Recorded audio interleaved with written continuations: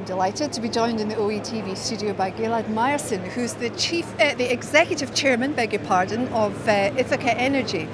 Welcome. I listened to the plenary session this morning when you were speaking up on the stage, and you had a number of really interesting points that I think the audience could really relate to. Allow me to pick up a few of those. One of them was so loud and clear. It was about the importance of the changing of the old guard. Explain a bit more about that. Yeah, happy to. Well, first of all, thank you so much for inviting me to be interviewed here. It's a wonderful event, and after 4 years that it hasn't been in Aberdeen, it's wonderful to have it back in town. What we're seeing is a trend that actually started quite a few years ago, where the oil majors have decided to focus on other jurisdictions, other basins, and they have sold most of their assets by now to independent companies. They also aren't sanctioning projects at the speed that they used to be sanctioning many years ago. Also, the overall basin is producing a lot less hydrocarbons than it used to. If you're talking about 500 and 600 million barrels at the moment, we used to be producing roughly 1.6 billion barrels at its peak. So the UK North Sea is in a decline. When you look at the independents, there's actually quite a few independent companies who are at scale. You've got Harbour, Ithaca, Neo Energy, you have Spirit, Enquest, Serica, Neptune, who recently sold themselves. So this is quite a significant number of independents. And if you look at the overall investment of independents over the last 5 years, they invested double the amount that the majors invested in the UK. So that changing of the guards continues to happen. And the role of those independents is so important. Absolutely. If you think about the production that's driven by independents, the development of new fields is by and large, most of the resources are with independents by now. Employment, most of the employment in the UK North Sea is by independents. So we see this gradual change, and therefore when you talk about UK energy security or reducing emissions or any other of the major agenda items from the government's perspective, it's really the independents that are going to be delivering. It was very clear in the plenary session about how we should be going about things to achieve energy security.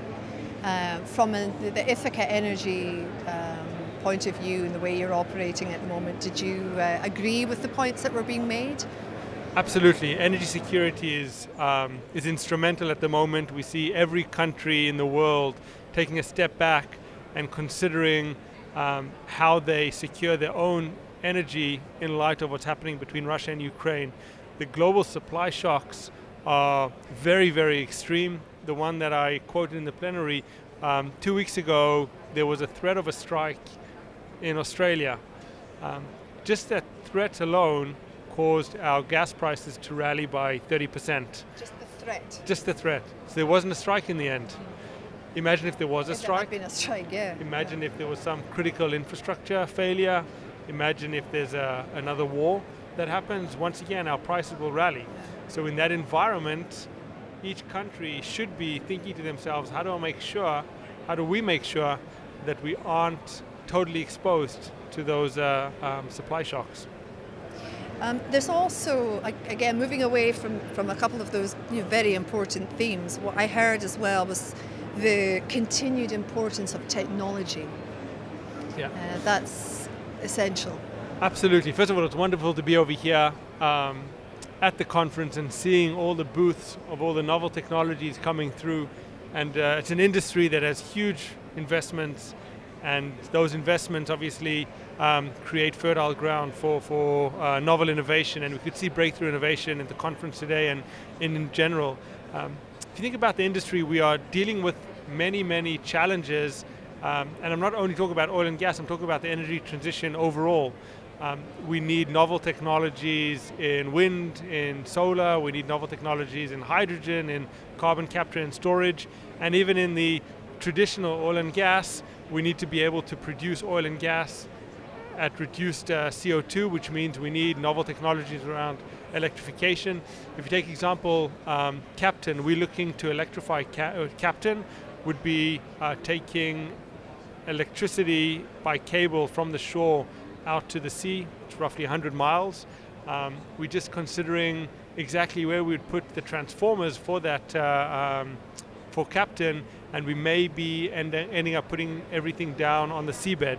That requires a huge amount of technology innovation, because at the moment you can't buy those type of electricity components at the moment that can be 100 meters on the seabed. It's funny, and I'll wrap up now and let you go, but it's fascinating talking to you that in offshore Europe's gone by. Obviously this is the 50th anniversary, but I was coming to offshore Europe in the 90s when every stand had enormous bits of kit, big things to look at that were used in the offshore oil and gas industry. But now there's such a focus on tech, isn't it? It's things that you can't see, that you can't display on stands, but is leading the way in the energy industry. Yes, absolutely. It's actually quite amazing seeing what we can do today on our platforms from the shore, rather than actually being out there. So everything from digitization, monitoring, drones. We can make a lot of fabrication decisions without even having people offshore review or do the inspections. So yeah, the digitization is totally changing the industry. Also, if you look into how we read subsurface, technology is changing, big data and data analytics is changing the modeling for subsurface. For instance, also with us in Ithaca, we have a lot of technology supporting many decisions that we make on a day-to-day basis. For instance, around polymer technology, which is also a novel UK technology being deployed in Ithaca. I agree with you. I think the industry is changing quite considerably. Well, we could talk for ages, but thank you very much for joining us. I'll let you go out and enjoy the rest of the show. Thank you very much so indeed. much. Okay, cheers.